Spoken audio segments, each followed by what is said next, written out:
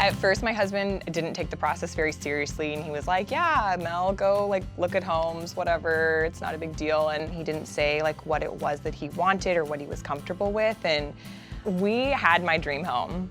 We were staying in the neighborhood that we're in.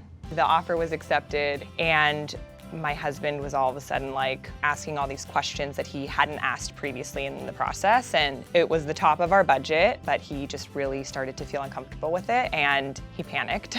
Because Shan let her kind of do this on her own, if he was with her the whole time, the conversations would be a little bit different. And so we took a step back and we were kind of like, we need to make sure that we're educating him. Any normal home buyer in the process, even if they were involved in the process or not involved, they're gonna be like, oh crap, what did we do?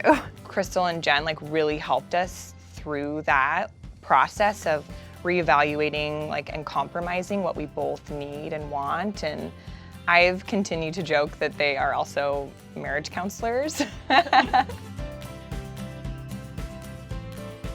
We started our search over, and there had been this home that I had seen, and I never wanted to look at it. It was horrible, and I genuinely just thought it would be too small, and I would just dismiss the notification every time I got it. I was like, no, I don't want to look at this home. And we walked in, and he was like, this is our house, and I was like, dang it. I think it was a perfect mix between where they started out and where they ultimately needed to be. We ended up with a 3-bedroom standalone townhome in the same city that we wanted to stay in. We've been able to do some much needed cosmetic updates to it, and so I feel like it really is our home now. I love it. I'm excited.